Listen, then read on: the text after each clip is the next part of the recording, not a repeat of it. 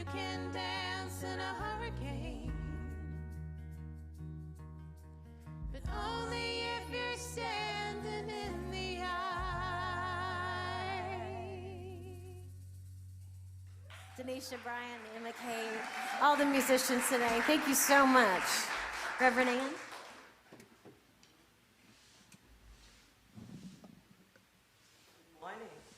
Morning. Unity of Tulsa Midtown. Did I get that right? Yeah. Lovely. Well, it's wonderful to be here. And, I've been communicating with some of you on Zoom over the last month, and Zoom's great. And also, I've been in Tulsa for a couple of days and having lunch with some people and some deep discussions with other people, so that's been great too. And this morning I came along and I met all the people on stage. And I don't know how much you know about me, but my husband and I moved from Australia to the US in May. And so this morning when the musicians were here, I said to them, it's so great to meet the musos. But they had no idea what I was talking about, because back home we call the musicians the musos.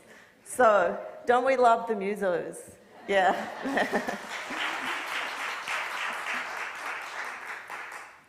So it's wonderful to be here in this space, in person, with all of you this morning. And so the question we're really going to be looking at today is, who is my neighbor? And if I asked you that question, who is your neighbor? The first person you might think about is the person that lives next door to you.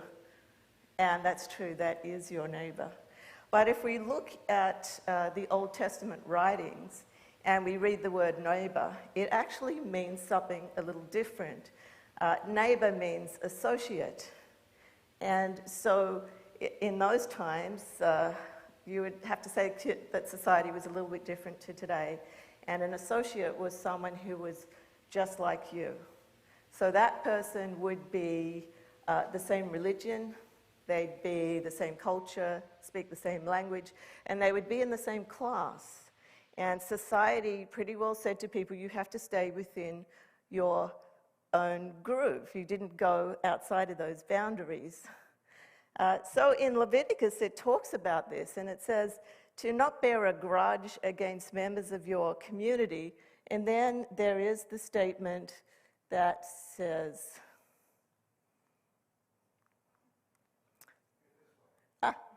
love your neighbor as yourself. And so when we read that and we think about how the culture was at that time, and that neighbor actually meant associate, we could read it as love your associate as yourself. And, that's easy. It's easy to love someone who's like you, right? So when we look at the New Testament, and, often in Unity we talk about Old Testament thinking and then we talk about New Testament thinking. So we shift to the New Testament and there's Jesus. And he sees the neighbor as being something completely different. And we know Jesus was a person who loved to move outside of what the accepted boundaries were. So he had no trouble talking to the tax collectors. He loved to mix with the prostitutes. He'd go down to the well and talk to the Samaritan woman at the well. Not only was she of a different religion, she was a woman. So he was really quite radical in the way that he looked at our relationships and how we were with each other. So we see this kind of real shift. And then Jesus says, I need the PowerPoint. Yeah. No. Sorry, I'm going backwards. Yeah. Then Jesus restates this, love your neighbor as yourself. And most of the time we attribute that statement to him. But of course, neighbor to him doesn't mean associate. Neighbor means everyone.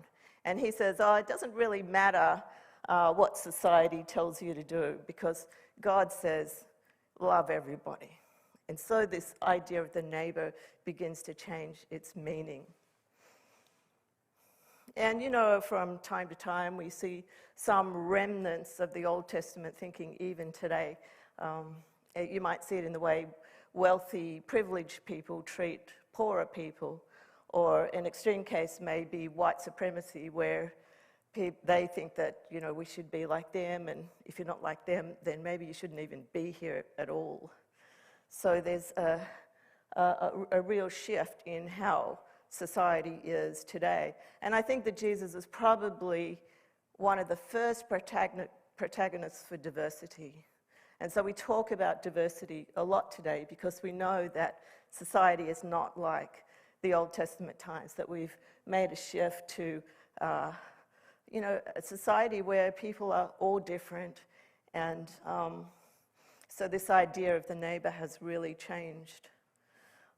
Back in Melbourne, we lived in an apartment with 8 units, and that was a really diverse group. So next door I had, my neighbour was 94 years old. She was from Croatia, and in her 20s she ended up in a refugee camp in Italy with her 2 young children. And then next to her there was a young Greek couple, and so both of their parents had been immigrated from Greece. And then next to them there was an Aussie guy. You know what that means, Australian guy? But he was from the country, so he'd come to live in the city, to work in the city. And then next to him there was a couple, and the husband was Portuguese, and he'd married an Indonesian woman, and they had a little Aussie child. And then next to them was a young girl from Singapore. So, you know, when we think about neighbours, they're not all the same anymore. You know, society has changed, and we're all diverse, and we're all mixed. So the other day I was reading an article in the New York Times, and David Sachs, who writes some really interesting articles for them, was talking about how he took his 5-year-old son to the park. And so off they went, and the son had a plastic sword, and he was kind of doing a ninja thing. And another little boy was at the park as well, so he came along and they started playing together. And David thought, oh, I'll just go and sit on the park bench. And on the bench was the father of the other child. So he came over and sat down next to him. And he started, you know, asking him a few questions. Oh, how are you? And the guy said, yeah. And it's nice weather today. And the other father said, yeah. And then he thought, well, I'll ask him something a bit more meaningful. And so he asked him this question. And then the guy just went like this, tap, tap, tap, and he had ear pods in. So it was apparent that he didn't really want to talk to him at all. So David took out his iPhone and he's scrolling, you know, as we do when we've got nothing else to do. And he comes across this article, and it says, oh, it's about this local fast food company, and what they're doing is they're doing an experiment with taking their cashiers out and replacing them with cashiers who live in Nicaragua. So what you do is, when you go into the restaurant, instead of ordering with a person, you go on the video link on your phone, and then it goes to this person in Nicaragua who they only have to pay, you know, $2 or $3 an hour for, and then the company could save a lot of money.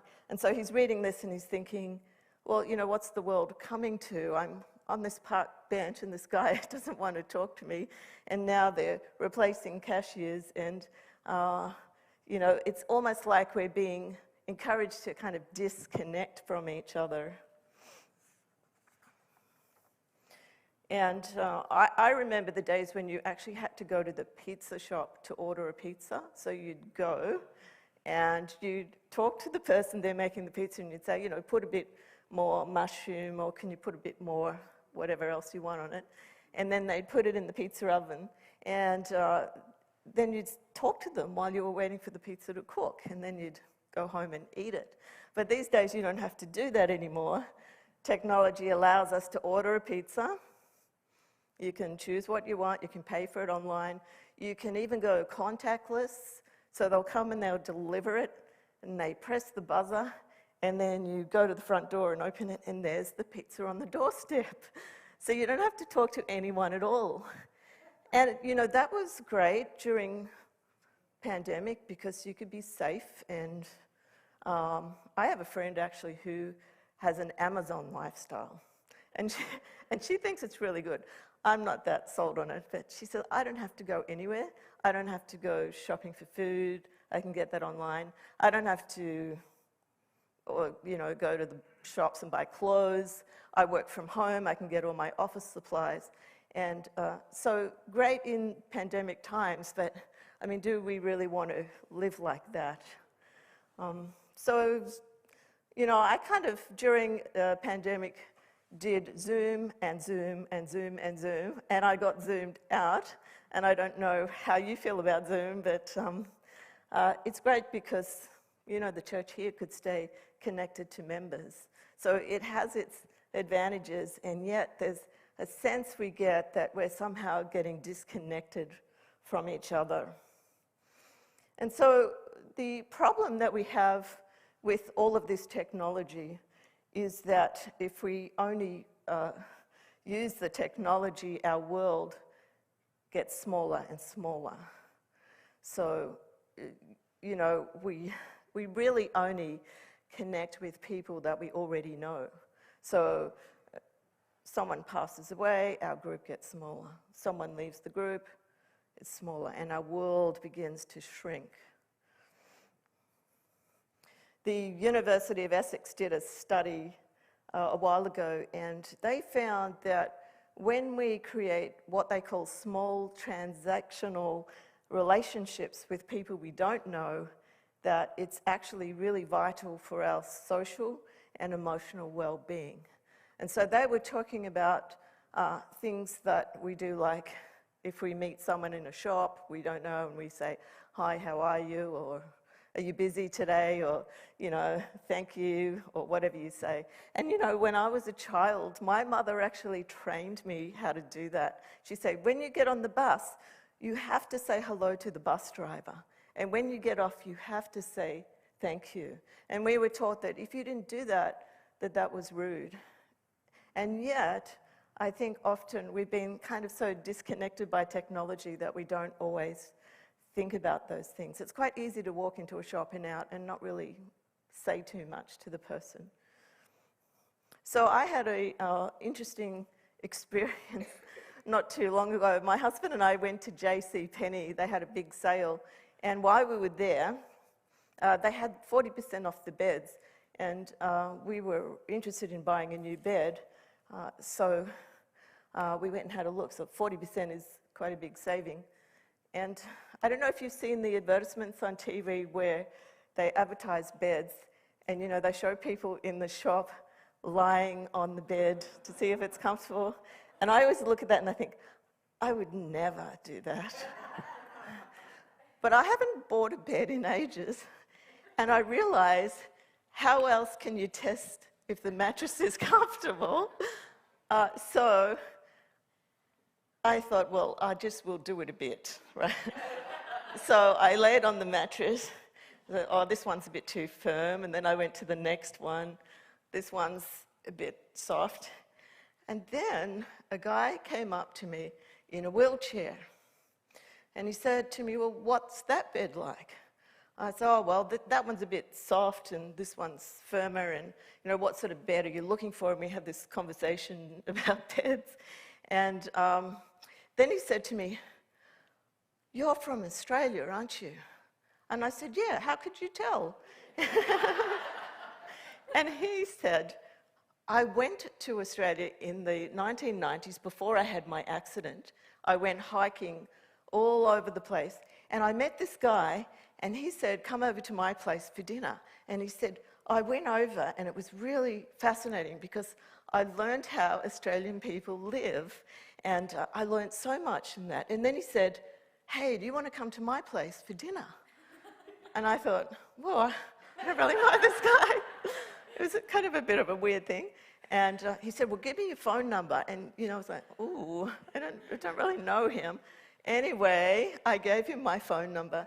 And he did, I sort of forgot about it, but he did call a few days later. And my husband and I went over for dinner, and he'd invited his mum, and she was a great character. He'd invited his neighbour, and we had the best time ever. So, you know, it was just a kind of chance meeting with a stranger, and yet it was just a wonderful opening up to something new for me. So Spirit has a way of doing that to us. Have you noticed how that happens? And you go, oh, this feels a bit risky, but we're always being called to, you know, step out a little bit and to challenge ourselves. So all of this talk about neighbours and strangers reminds me of a story that was told many years ago, and we know this story as the Good Samaritan. And I think it's a story that's really loved because it touches our heart. And there's a lot of things happening in the world at the moment. There's a lot of sense of separation, and, you know, we've got some war happening, and people are concerned about that. And yet this story kind of reminds us about this world we would really love to live in, where everybody's loving and compassionate to each other, and just having a stronger sense of togetherness. But the Good Samaritan story, I think it's often told in a very kind of simple or simplified way, but there's a depth to the story that's not always looked at. And so remember that at this time when Jesus told this story, the Jews and the Samaritans were really at wars with each other. They wouldn't connect at all, and people were really experiencing this sense of division, which I know that a lot of people today are feeling as well. So the story centers around the character of a lawyer, or he's like a lawyer, and he asks Jesus quite a deep question. He says, "What shall I do to inherit eternal life?" So that's a pretty deep question, right? And Jesus says, "Love God and love your neighbor." And then the lawyer says, "Well, who is my neighbor?" And so then Jesus responds to that just by telling him this story. It's in Luke 10.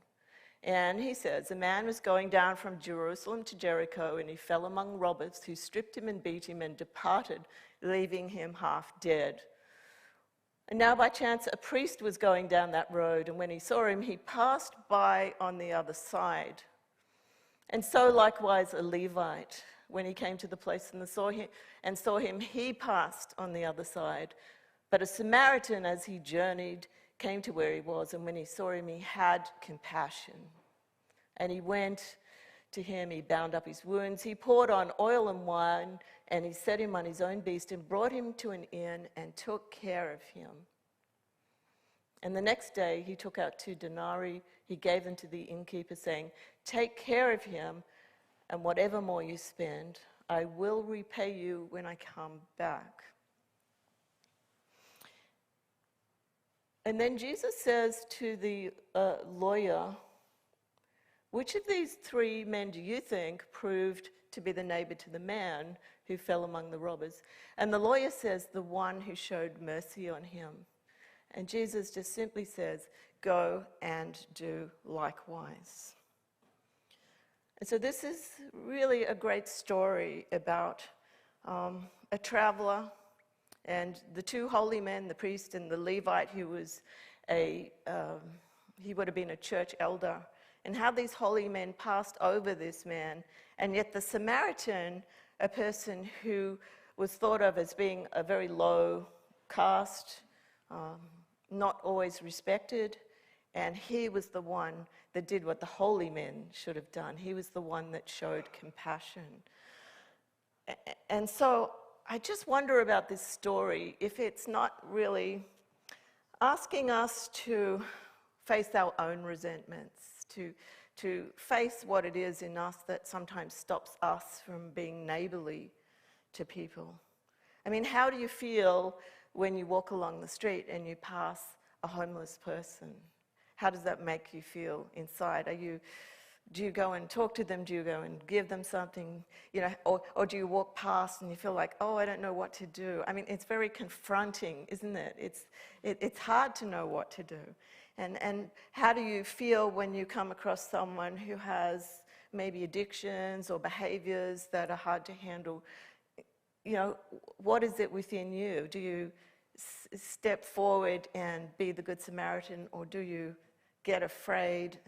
I think this is really what the whole story is about. It's about how we feel within ourselves when we're facing our own unconscious biases. That's the word they call it these days. These even unconscious thoughts that we can have about others that we don't understand.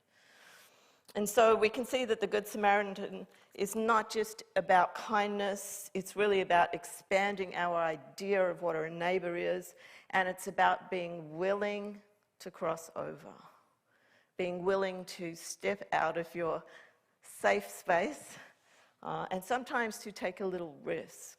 It's an opportunity to see an outsider, to notice where you might be able to be more understanding of someone who's just not like you.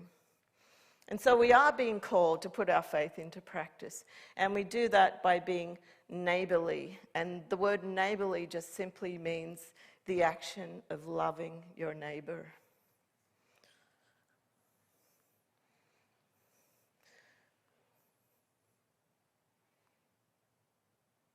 Charles Fillmore had a few words to say about this. He said that every soul that dwells upon the earth is your neighbour. You know that Charles Fillmore's the co-founder of Unity. Yeah. Through us must the law of divine love bind up and heal wounds, dissolve error, and restore light and order from out of chaos. And so Charles Fillmore is really saying to us that everyone on the earth is our neighbour, and that it is up to us to be divine love in the world, that we can bind up and heal wounds, we can dissolve error, and we can restore light and order from out of the chaos of this world that we find ourselves in. And so today I'm going to ask you a couple of confronting questions. Are you ready? When did you last speak to a stranger? Just consider that for a moment. When did you last speak to a stranger? When did you last speak to a stranger? Yeah. When did you avoid speaking to a stranger? When did you not see someone? And when did you pass them by? And here's the real question: are you willing to cross over? Are you willing to cross over? Could we affirm that? Let's say, I am willing to cross over. Say it. I am willing to cross over. Say it once more. I am willing to cross over. Because the Good Samaritan doesn't just pass by. The Good Samaritan is moved by Spirit to embrace the stranger. And the Good Samaritan story is a story of transformation right here and right now. And it's with all of you. And so, just imagine if you were to go out this week with an expanded view of who your neighbour is.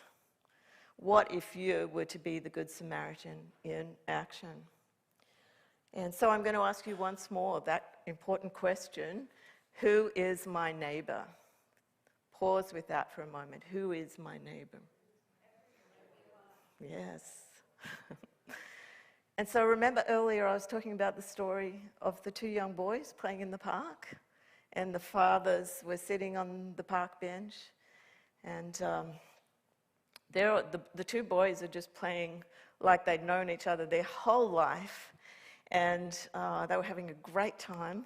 And then the father of the older child says, oh, it's time to go home. So he goes up to his son and he says, well, who's this you're playing with? And his son goes, I don't know his name, but he's my friend. And so it is.